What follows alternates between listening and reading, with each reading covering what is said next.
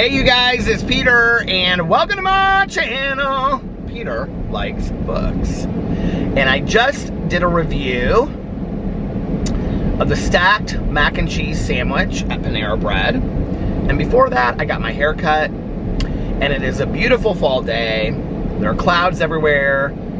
Underneath that, the sky is blue. And I am driving around listening to the book for August for True Crime Book Club, Couple Found Slain. I'm not super excited about this book. Now, I have to tell you that, I said this last night in my vlog, but Mel and I usually, and this is a book vlog, by the way, I'm going to talk about the true crime book, and then I'm also going to talk about Falling, which was the August book for Peter's Book Club, and then I'm going to talk about A Slow Fire Burning by Paula Hawkins. It just came out and I just finished it. So those are the two books that I'm going to talk about and some other things. But anyway, so Mel and I don't always agree on books, but I would say Mel, who, my friend, my good Judy, that, you know, she and I run a True Crime Book Club together, we usually agree on books. And so she did not love this book. She struggled with it a little bit. So it just wasn't a typical true crime book. And so based on that, and then Nikki and I usually, who's part of the True Crime Book Club, she and I usually always agree on books. And so I was like, she didn't really like it. And so I was like, well, if they didn't like it, I'm probably not going to like it. And I kind of went into it with that kind of mindset. I'm like 3-4 hours into it at this point. I think 3 hours. It's about this guy that, it's a true story about this guy that killed his parents. Brian Beckhold, I think is his name. And, but it's really not about that. It's really about afterwards, and he's in this psychiatric facility and what happens to him while he's in this psychiatric facility and all this kind of stuff. And, I have to say that the author's relationship with him is bizarre to me. She hasn't really established yet in the book, like, that their relationship is one of her interviewing him for the book. She kind of says that at the beginning, but she ran a group at the facility, and then she goes back and she's like friendly with him. So I don't know, but anyway, I don't know if that's how she gets her information. I don't really know yet how she ends up getting her information. She hasn't really talked much about that. I mean, she talked about at the beginning of it, it was like police records and all this kind of stuff, but anyway, it's whatever. It's just not the most exciting true crime book in the world, but it's somewhat interesting to see like what they do with people that use the insanity defense, and they actually talk about the insanity defense and how hard it is to use, and that they don't use it as much anymore, and they don't even really call it that, I guess. So anyway, that whole part was interesting. Anyway, let's go back to the August book for Peter's Book Club, which was Falling by T.J. Newman. Okay, so I just finished it a little while ago, and like earlier this week, or last week. You guys, I am so blown away by this book. I gave it a 5 out of 5. It is one of the best books that I have read in like the last couple years, hands down. It is so good. So it is about, now, I'm going to do my best to not spoil things on here because I want people to read this book. So anything that I say is nothing that will ruin the book for you, okay? First of all, it was written by a woman that was a flight attendant, and she wrote it over the course of like several years. I think, like she said, I thought I saw somewhere 10 years, but I don't think it was 10 years. She wrote it over the course of several years while she was traveling back and forth, like, as a flight attendant from like Los Angeles to New York, or back and forth, or New York to Los Angeles, I don't know. But anyway, so it's about this guy, and he's a pilot, and he's married, and he has a 10-year-old son and a 10-month-old daughter. And his family is taken hostage, and the people that take them tell him after the flight has taken off that he has to crash the plane or they will kill the family. And so it's like this thriller that's kind of like counting down to him having to make this decision, right? But on top of that, it is like so emotional. It is so well written. And I mean, I just thought it would be incredibly cheesy. I really did. And it's just not. It's really good. I ugly cried so many times, you guys, in this book. It's really hard. Like, I cry a lot in movies and TV shows, but like, I don't cry a lot in books, right? And it takes a lot for me to cry. There's a flight attendant that he has worked with for like 20 some years or 20 some years or something like that. And she's a big part of the book. And her name is Jo, and like the flight attendant, there's 3 flight attendants that are part of the crew, or that are the crew, and they're like a big part of the book. And I don't know, it's really interesting too, because it shows the inner workings of a plane, and like when it's in the air and all this kind of stuff, and it talks about safety precautions and all these different things, like just things that you didn't know, like that you can't like get inside of the captain's, like you can't get past the captain's door, like it doesn't just like it's not just unlocked and you can just walk in whenever you want, and it has all these safety mechanisms and all this kind of stuff. So it's really an interesting book from that point of view. It's a fantastic thriller. It's one of the best thrillers I've ever read in my life, and there's so much emotion in this book. It's so well done, and the characters are really well developed too.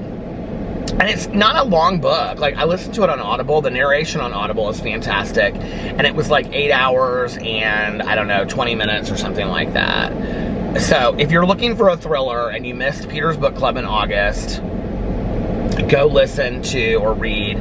I'm going to give the hardback copy to my good Judy, Tanya Jean. Go read Falling by T.J. Newman. It's been on the bestseller list, I feel like, since it came out. It's unbelievable, you guys. I'm just, like, blown away by how good it is. It's so good. And isn't it funny how sometimes you can talk more about a book that you don't like than a book that you like? Isn't that funny? Okay, so then I read Paula Hawkins' A Slow Fire Burning. I talked about this a lot last night on my vlog and the night before, but so Paula Hawkins is the author of Girl on the Train, and I loved Girl on the Train so much. Like, to this day, it's probably like one of the best like mysteries that I've ever read. And I don't know if it was like at the time that I read it that I loved it, or because of the subject matter, because it talks a lot about like addiction in the book. And I just was very sympathetic for the character. If you've seen the movie is good. It's a good adaptation, but I didn't feel as sympathetic for the main character in the movie as I did in the book. Like, the book does a better job of like really describing the character and whatever. And the book is really scary too. Like, I was really scared reading A Girl on the Train. So when her second book, Paula Hawkins' second book came out, which I think is called Into the Water, I was so excited about reading that book. And I think maybe just because I loved Paula Hawkins so much, like, I thought it was such a great, there's another poke bowl place over here that I didn't know was over here. I'm excited by it. It's close to my house. So anyway, but I remember reading that book, and like in retrospect, I remember, you know, hindsight's 20/20, right? But I remember thinking like, oh, it's pretty good, and then giving it like 5 stars or something. And I was saying this last night, I had such a hard time with this book because I felt like, I don't know, some kind of kinship towards Paula Hawkins. Like, I felt like I should have to give her 5 stars because I love her writing so much, but I couldn't.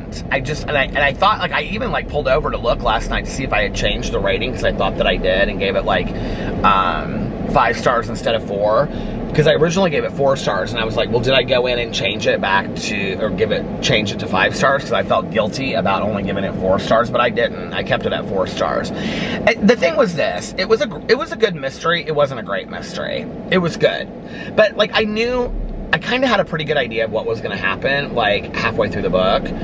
The character development was fantastic. The writing is fantastic. Paula Hawkins is like a writer like none other. She does like, and I love character development. Like I always say, you know, that like for me, I could read a book just based on characters and not plot development. But when I go into a book and I'm excited about a mystery and there isn't like really that much of a mystery, and the mystery is really the subplot to I just want to tell you about these characters, then I'm not super interested in it. You know what I mean?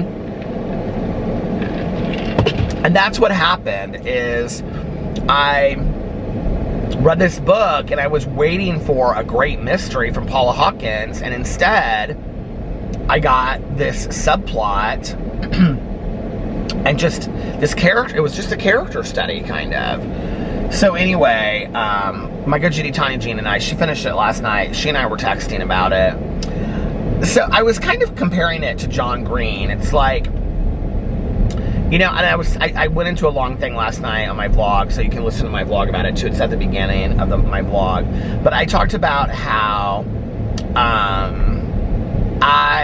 like when I read Will Grayson with John Green and David Levithan, and then I read The Fault in Our Stars by John Green, like I loved John Green. Like I was the biggest John Green fan in the entire world. And I think also because he lived in Indianapolis and I live in Indianapolis, and because Fault in Our Stars took place in Indianapolis and all this kind of stuff, right? And he was kind of a local celebrity, and you know, like, he wasn't super young when his books came out. And he's not older, but he's like a little bit older, you know, and I had known him from YouTube and stuff. I think that there was just that, and he was like some of the first young adult books that I ever listened to. So I think that I was just really, you know, like inspired by John Green or whatever. And then I read The Abundance of Catherines, and I really liked The Abundance of Catherines. I know, An Abundance of Catherines. I know that a lot of people don't like that book, but I really enjoyed that book. And I loved Paper Towns. I did not like Looking for Alaska. I know that's like some people's favorite John Green book, but I did not love it. I thought it was very sad, depressing, and sad. And so anyway, and then Turtles All the Way Down came out, and I had waited years for another John Green book, and it was very similar to this Paula Hawkins thing. It's like I had waited forever. Another author like this, another popular author, is Dan Brown. Like, I feel like I wait like 4 and 5 years for a Dan Brown book, and then when it finally comes out, like the last one that came out was Origin, I think, and I enjoyed it, but it wasn't like the previous ones, you know? And I think it must be hard for an author because I think to some degree, you know, you're remembered for your last book, and so I think a majority of authors are like afraid to release their next piece of work because they're like, if it doesn't measure up and people don't like it, you know, whatever. But I read Turtles All the Way Down, and I did not like it. And I know people loved the book, and we can agree to disagree. Oh my Lord, that scared me. Spam risk, it says. Ignore. And we can agree to disagree, but I felt like Turtles All the Way Down was rather trite, and I didn't enjoy it.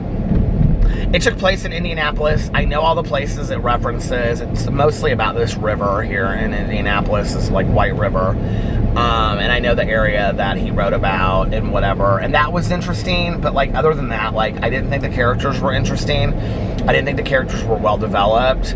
I mean, and this is the thing. I mean, you're talking about John Green, somebody that is like just like revered, you know, within the young adult community of writing and just the literary community, you know. And it's like, read a Truly Devious book, and Truly Devious is like by Maureen Johnson, like heads and tails better than, you know, all that. The other thing is, I really loved his story in Let It Snow too. So I haven't given up on John Green yet. I'm waiting to see when his next book is going to come out, or if he's ever going to write another book. I don't know if he will or not, you know. I'm like looking over at this Fridays, which I think is still open. I don't think it's closed. And it's like, they haven't done any lawn maintenance on that place. It looks like it's closed down. Is it closed down? There's cars there. Oh, that's weird. Anyway, do you guys ever feel like that? Like when you're rating books, do you feel obligated to rate a book a certain way based on your like love or and I think it really is just fandom like anything else, you know. I'm trying to think if I have another author that way. Well, Jana DeLeon, that writes the Misfortune books. I think that like if one of her Misfortune books I've given every single one a 5 star because I loved it. If she wrote one that I just felt like this ain't it, like, you know, this ain't it, and it fell really short, I think, first of all, I'd just be like, so like, oh, like crestfallen, kind of, you know, like I think I would just be kind of sad, you know, about the whole thing, but I wouldn't give up on her, and I'm not going to give up on Paula Hawkins. I'll read her next book, you know. There's just not very many books that come out in a year. Like, you know, when people do the videos and it's like my most anticipated read, there's like, I don't have that many anticipated reads. I just don't. And so when an anticipated read comes out and I'm just not that excited about it, or when an anticipated read of mine comes out and I read it and I'm not that excited about it, it's like a letdown to me. Because there's only several books that come out a year that I'm like, yes, I can't wait to read this, you know?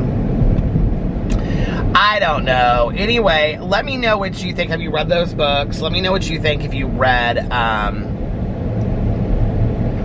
Falling by T.J. Newman, which was the August book for Peter's Book Club. And let me know if you've read the Paula Hawkins book. I'd also be interested to know what you thought about Turtles All the Way Down by John Green, if you read it. I can remember when I did my review of it, and people were not happy with, like, they were like, oh, like, I really loved this book, and blah, blah, blah, blah, whatever, you know. But I did not love the book. So anyway, that was just my 2 cents about it. And I am now reading the true crime book for a true crime book club for August, which is a couple found slain. And I'm telling you, as soon as I finish it, I'm reading a cozy mystery. I miss my cozies. I miss my cozies. I miss my cozies. Anyway, I love you guys so much, and I will see you tomorrow. Bye. Love ya.